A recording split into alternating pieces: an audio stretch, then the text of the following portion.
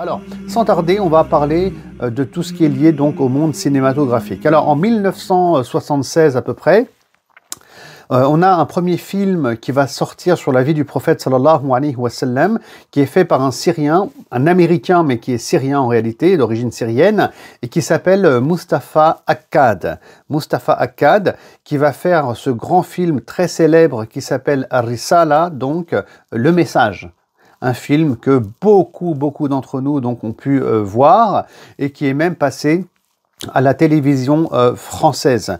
Et Mustafa Akkad, tout d'abord, il faut savoir que c'est pas un religieux, donc c'est un monsieur, un Syrien, je ne sais pas s'il pratique l'islam au début, qu'est-ce qu'il a eu comme évolution dans sa vie, peut-être qu'il est devenu croyant, on va dire, plus sérieusement, enfin, je ne connais pas tout à fait le personnage, mais à l'origine, c'est un réalisateur de films, on le voit des fois sur des photos avec son cigare, c'est lui-même qui a inventé le film d'horreur, le concept, le film qui est très célèbre et qui s'appelle Halloween, pour vous dire.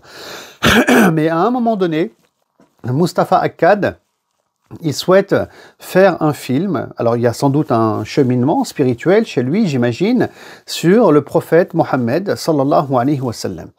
Et il a fait ce film magnifique en arabe. Il a aussi fait donc en anglais, c'est traduit en français.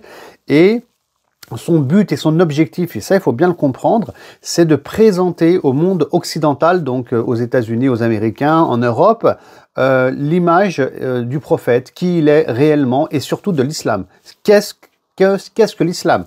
C'est surtout ça son but.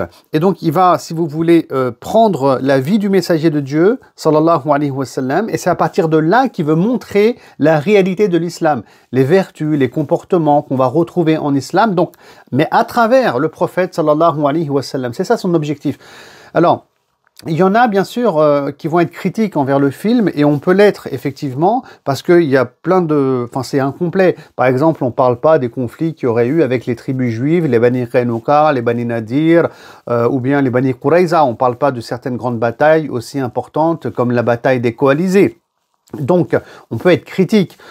Aussi, on remarque qu'il y a pas mal de petites erreurs sur le plan historique. Dès le début, on présente Abu Sufyan comme le chef de la Mecque. Bon, ça c'est faux. Il n'y a pas de chef à la Mecque. Chaque clan de la Mecque, on aura l'occasion, Inch'Allah, de parler du système tribal, a un chef. D'accord? Donc les Bani Makhzoum, par exemple, c'est un clan de la Mecque. Et son chef, c'est Abu Jahl. Les Bani Hashim, qui est le clan du prophète sallallahu alayhi wa sallam, ils ont un chef, c'est Abu Talib. Donc il y a plusieurs chefs en réalité et pas un. Et d'ailleurs, quand on lit les livres sur la sira du prophète sallallahu alayhi wa sallam, Abu Sufyan, son nom il n'est pas mentionné jusqu'à la bataille de Badr. Donc ça, vous le remarquerez, où il est presque jamais mentionné tellement c'est un personnage un peu secondaire, en réalité, dans la période mécoise. Donc il faut attendre la bataille de Badr pour qu'on entende parler de lui. Alors dans le film, le Mustafa Akkad, il est mis en avant comme voilà le grand méchant qui est à la Mecque, mais ça reste un film.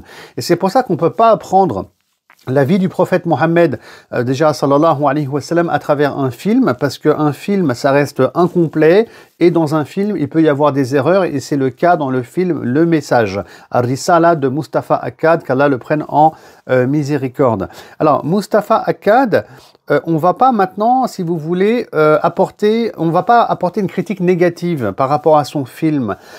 Parce que quand on apporte une critique, il faut apporter une critique en fonction de l'objectif. Et là, le réalisateur, je l'ai bien dit, son objectif est de montrer la réalité de l'islam à travers la biographie du prophète sallallahu alayhi wa sallam.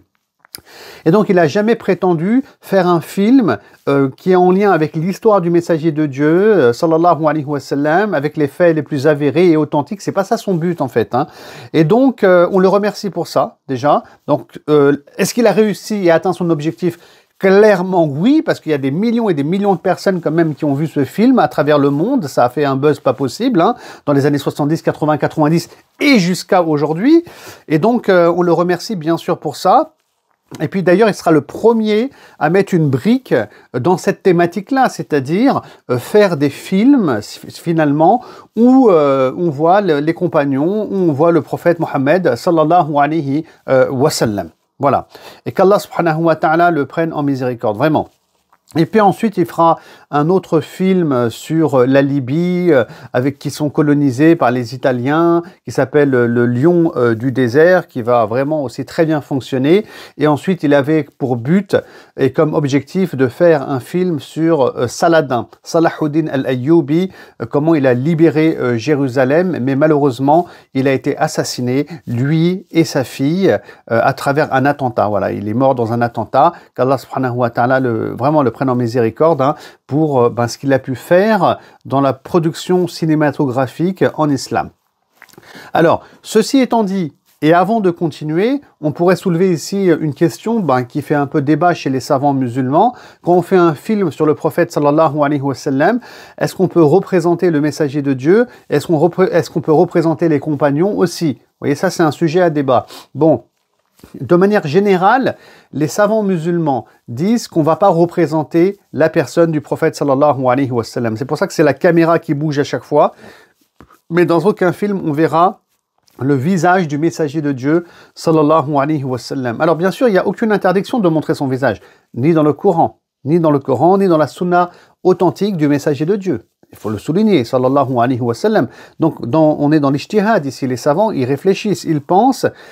Et pour eux, si vous voulez, le prophète sallallahu alayhi wa sallam, on lui doit beaucoup de respect, ce qui est complètement normal. Il y a des versets du Coran qui nous indiquent que le messager de Dieu, il doit être respecté. On ne doit pas hausser notre voix, notre ton devant lui, comme c'est marqué dans la sourate Les Appartements, Al-Hujurat.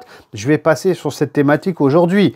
Et donc, par respect envers le prophète sallallahu alayhi wa sallam, donc les savants semblent s'accorder sur le fait de ne pas le représenter à travers un film, le prophète Mohammed sallallahu alayhi wa sallam. Maintenant, qu'en est-il des compagnons du prophète sallallahu alayhi wa sallam, comme Abu Bakr, comme Ali, comme Ousmane, comme Abdurrahman ibn Auf, comme Zayd et les autres? Salam alaikum. Alors tu souhaites écouter le reste du cours et accéder à plus de 70 heures de cours sur la vie du prophète sallallahu alayhi wa sallam. Alors pour ça, il te suffit juste de t'abonner à ma chaîne YouTube et de souscrire à ce cours pour seulement 7,99 € par mois. Et on peut arrêter absolument quand on veut notre abonnement. Les cours sont déjà en ligne, il n'y a pas de cours en live. Alors pourquoi étudier auprès de moi la vie du prophète sallallahu alayhi wa sallam? Parce que c'est 20 ans d'enseignement, d'expertise et de recherche que je partage avec vous, avec plus de 100 cartes, photos et infographies.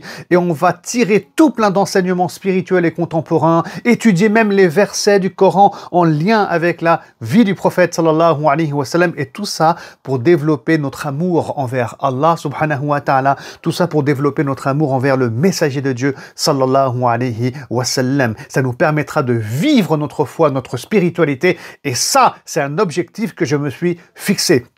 Abonne-toi, souscris, et je te dis à tout de suite. Salam alaikum.